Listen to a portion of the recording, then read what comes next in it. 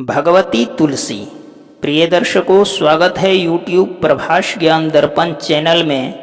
मैं देवी तुलसी के बारे में यानी तुलसी का महत्व और तुलसी की उत्पत्ति कैसे हुई थी, इन सभी जानकारियों को लेकर के मैं इस वीडियो के माध्यम से आया हूँ कि तुलसी भगवान के चरणों में कैसे चढ़ाया जाने लगा, इसका क्या रहस्य है, क्या महत्व है, इन सभी जानकारियों को मैं इस वीडियो के माध्यम से बताने वाला हूं।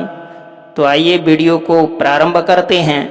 वीडियो प्रारंभ करने से निवेदन है, यदि आप चैनल पर नए हैं कृपया चैनल को सब्सक्राइब जरूर करें। तो आइए भगवती तुलसी के बारे में सारे रहस्य को प्रारंभ करते हैं। जैसे तुलसी से जुड़ी एक कथा बहुत प्रचलित है। श्रीमद् देवी भागवत पुराण में इनके अवतरण की दिव्य लीला कथा भी बताई गई है। एक बार शिव ने अपने तेज को समुद्र में फेंक दिया था। उससे एक महातेजस्वी बालक ने जन्म लिया। यह बालक आगे चलकर जालंधर के नाम से पराक्रमी दैत्य राजा बना। इसकी राजधानी का नाम जालंधर नगरी था। दैत्यराज कालनेमी की कन्या वृंदा का विवाह जालंधर से हुआ। जालंधर महाराक्षस था।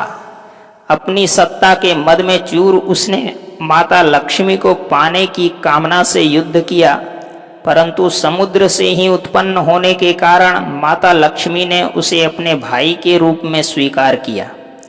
वहां से पराजित होकर वह देवी पार्वती को पाने की लालसा से कैलाश पर्वत पर गया। भगवान देवाधिदेव शिव का ही रूप धरकर माता पार्वती के समीप गया, परंतु मां ने अपने योग बल से उसे तुरंत पहचान लिया तथा वहां से अंतर्ध्यान हो गई।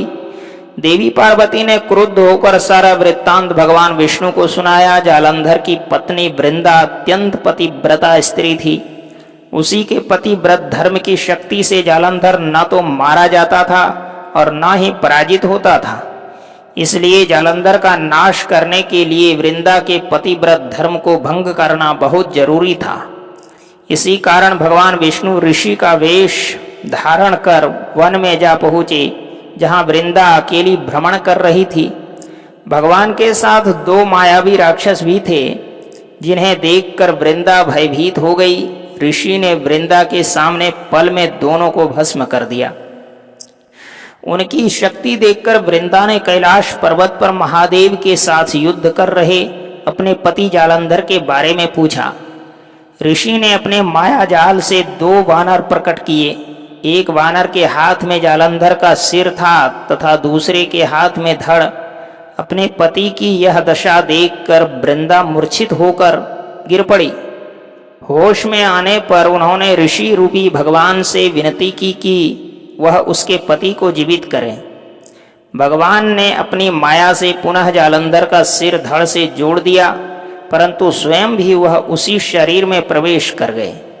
वृंदा को इस छल का जरा आभास न हुआ। जालंधर बने भगवान के साथ वृंदा पतिव्रत का व्यवहार करने लगी, जिससे उसका सतीत्व भंग हो गया। ऐसा होते ही वृंदा का पति जालंधर युद्ध में हार गया।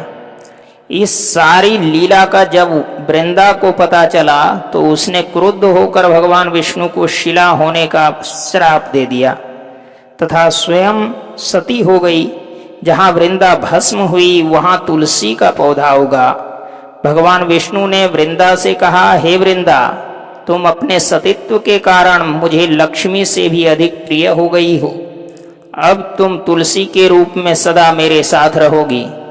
जो मनुष्य भी मेरे शालिग्राम रूप के साथ तुलसी का विवाह करेगा, उसे इस लोक और परलोक में विपुल यश प्राप्त होगा।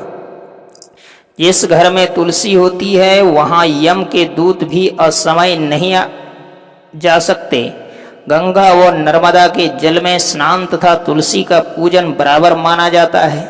चाहे मनुष्य कितना भी पापी क्यों न हो, मृत्यु के समय जिसके प्राण मंजरी रहित तुलसी और गंगा जल मुख में रखकर निकल जाते हैं, वह पापों से मुक्त होकर वैकुंठ धाम को प्राप्त होता है। जो मनुष्य तुलसी व आंवलों की छाया में अपने पितरों का श्राद्ध करता है, उसके पितर मोक्ष को प्राप्त हो जाते हैं। उसी दैत्य जालंधर की यह भूमि जलंधर नाम से विख्यात है।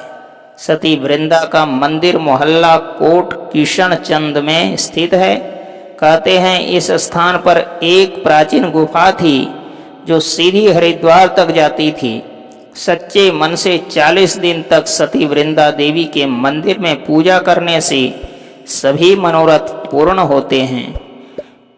वीडियो को लाइक और चैनल को सब्सक्राइब जरूर करें। मिलते हैं अगली वीडियो में, तब तक के लिए जय गुरुदेव।